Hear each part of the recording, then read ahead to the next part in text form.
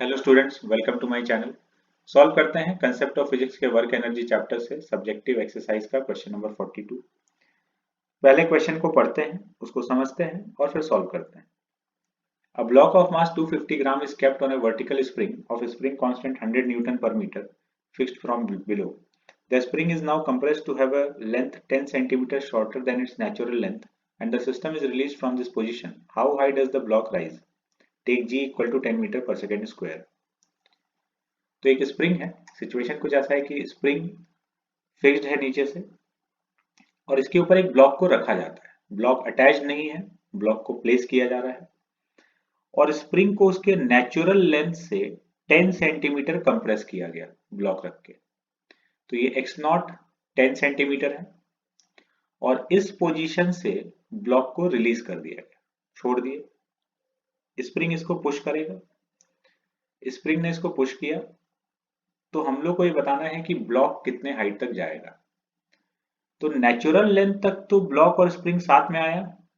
अब ये block spring से कनेक्टेड नहीं है तो ब्लॉक ऊपर चला जाएगा और स्प्रिंग यहीं रह जाएगा, अपने नेचुरल लेंथ पे आके रुक जाएगा और ब्लॉक तब तक ऊपर जाता रहेगा जब तक कि इसका वेलोसिटी जीरो नहीं हो जाता। तो जहां से हम लोग इसको रिलीज किए थे इस जगह से एक्स हाइट, सपोज ये ऊपर जाता है, इसका हाइट एक्स मान लिए और यहां जाकर इसका वेलोसिटी जीरो हो रहा है। तो हम लोग को ये एक्स कैलकुलेट करना है। तो हम लोग अप्लाई कर रहे हैं मैकेनिकल एनर्जी कंजर्वेशन। इस स्टार्टिंग पॉइंट को हम लोग रेफरेंस लेवल कंसिडर कर लिए हैं। GPE zero, gravitational potential energy zero है और ये वाला लाइन नेचुरल लेंथ है स्प्रिंग का, रिलैक्स्ड लेंथ। तो मैकेनिकल एनर्जी कंजर्वेशन लिखते हैं। इनिशियली इस जगह पर ग्रेविटेशनल पोटेंशियल एनर्जी जीरो, ये जीरो हो गया। स्प्रिंग एक्स नॉट कंप्रेस्ड है अपने नेचुरल लेंथ से, तो स्प्रिंग का एनर्जी हाफ के एक्स नॉट स्क्वायर और काइनेटिक एनर्जी तो ब्लॉक के पास है नहीं, वेलोसिटी जीरो है तो काइनेटिक एनर्जी जीरो, जिसको हम लोग यहाँ लिखे नहीं है, इक्वल टू